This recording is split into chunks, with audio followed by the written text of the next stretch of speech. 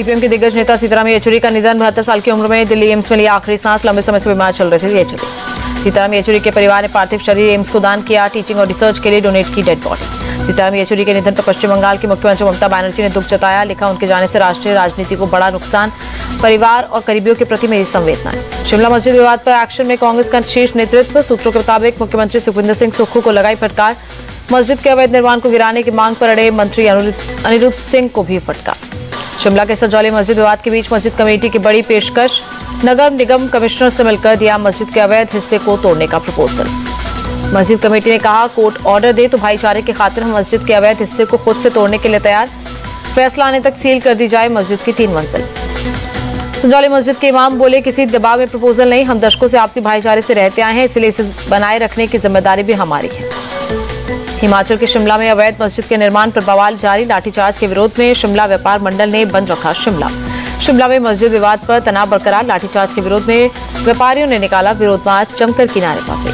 शिमला में संजौली मस्जिद मामले पर वक्फ बोर्ड से जुड़े लोगों ने निगम आयुक्त से मुलाकात की। अवैध फ्लोर गिराने की इजाजत मांगी। दिल्ली के मुख्यमंत्री अरविंद केजरीवाल की जमानत पर सुप्रीम कोर्ट सुनाएगा फैसला। सीबीआई मामले में कोर्ट ने 5 सितंबर को फैसला सुरक्षित रखा था। ईडी वाले मामले में केजरीवाल को पहले मिल चुकी है जमानत। कल के फैसले से तय होगा कि केजरीवाल जेल से बाहर आएंगे या नहीं। पीएम मोदी के चीफ जस्टिस के घर पहुंचने पर सुप्रीम कोर्ट के वकील प्रशांत भूषण का बयान। पीएम का निजी कार्यक्रम में सीजेआई के घर जाना ठीक नहीं। चीफ जस्टिस के घर गणपति पूजा पर इंदिरा जयसिंह ने उठाया सवाल। बीजेपी महासचिव बीएल संतोष ने दिया जवाब। बोले, वामपंथियों का रोना शुरू हो गया। गणपति पूजा पर विपक्ष के आरोपों पर बीजेपी का पलटवार। संबित पात्रा बोले, कांग्रेस को सीजेआई से नहीं गणपति पूजा से दिक्कत। संबित पात्रा बोले, विपक्ष गणपति पूजा पर राजनीति कर रहा। कांग्रेस सीपीआई को हमेशा हिंदू त्योहार से दिक्कत। मनमोहन सिंह जब पीएम थे तब इफ्तार पर सीजेआई से मिलते थे।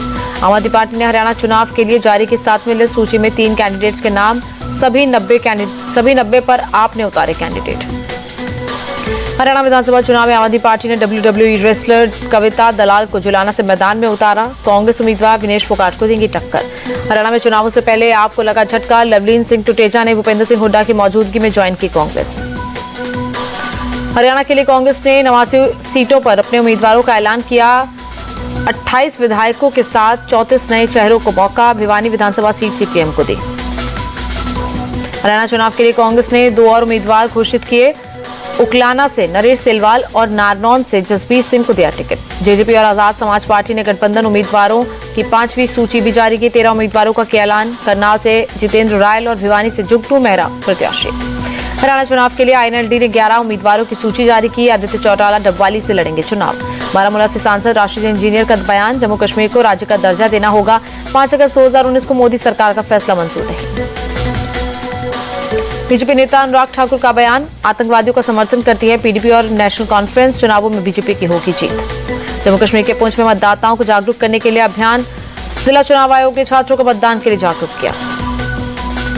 जम्मू कश्मीर दौरे पर उत्तराखंड सीएम पुष्कर सिंह धामी। सांबा में स्थानीय नेताओं ने किया स्वागत।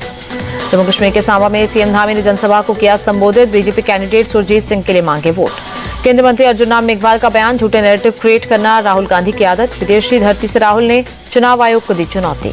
राहुल गांधी के बयान पर बोले बीजेपी प्रवक्ता शहजाद पूनावाला, राहुल आरक्षण खत्म करने की बात कर रहे हैं। ये बयान उनकी पार्टी के राजनीतिक चरित्र को दर्शा रहा। सुल्तानपुर डकैती को लेकर यूपी पुलिस ने प्रेस कॉन्फ्रेंस की। कहा, पुलिस की कार्रवाई निष्पक्ष। एनकाउंटर में मारा गया मंगेश यादव डकैती में शामिल था। यूपी पुलिस ने केस को सॉल्व करने का दावा किया। कहा, आरोपी विपिन सिंह इस डकैती का मास्टरमाइंड। डकैत 2 ग्रुप बनाकर डकैती के लिए पहुंचे थे। यूपी एसटीएफ ने सुल्तानपुर डकैती की सीसीटीवी तस्वीर जारी की। 5 लुटेरे वारदात को अंजाम देते दिखे। सुल्तानपुर एनकाउंटर पर बोले अखिलेश यादव, यूपी में फर्जी एनकाउंटर हो रहे हैं। मंगेश यादव का एनकाउंटर नहीं, हत्या हुई। अखिलेश बोले एसटीएफ वाले मंगेश यादव को उठाकर ले गए और उसकी हत्या की। सब जानते हैं कि एनकाउंटर की झूठी साजिश रची गई। कोलकाता के आरजी कॉलेज के बाहर संदिग्ध बैग मिलने से हड़कंप। 48 डॉक्टरों के धरना मंच के पास मिला बैग। आरजी अस्पताल में वित्तीय नियमितताओं के मामले में कोलकाता में कई जगहों पर ईडी की छापेमारी। पूर्व प्रिंसिपल संदीप घोष के पिता के घर भी सर्च ऑपरेशन। यूपी के बहराइच में आदमखोर भेड़िए ने फिर किया हमला। बीती रात एक 50 साल की महिला पर किया अटैक। महिला पूरी तरह घायल।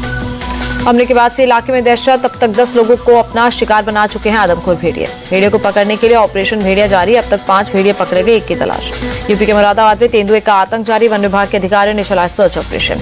इंदौर में ट्रेनी आर्मी ऑफिसर्स से मारपीट और लूटपाट के मामले में पुलिस ने 2 आरोपियों को हिरासत में लिया। वारदात में शामिल 6 आरोपियों की पहचान हुई। इंदौर में सेना के जवानों के साथ हुई हिंसा को लेकर राहुल गांधी का ट्वीट का ये घटना शर्मसार करने वाली। राहुल ने कहा, महिलाओं के खिलाफ दिन प्रतिदिन अपराध बढ़ रहे हैं। बीजेपी सरकार का नकारात्मक रवैया अत्यंत चिंताजनक। असम के डिब्रूगढ़ में 2 ग्रेनेड बरामद, मामले की जांच में जुटी पुलिस। तमिलनाडु के मदुरै में परियार बस स्टैंड के पास एक गर्ल्स हॉस्टल में लगी आग, अफरा तफरी मची।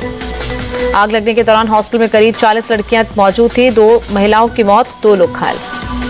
दिल्ली में अगले 3 दिन तक भारी बारिश का आसार। यूपी और उत्तराखंड में भी अगले 3 दिन तक मूसलाधार बारिश की संभावना। यूपी के अलीगढ़ में भारी बारिश, तेज बारिश के चलते तापमान में गिरावट, सड़कों पर गाड़ियों की रफ्तार धीमी।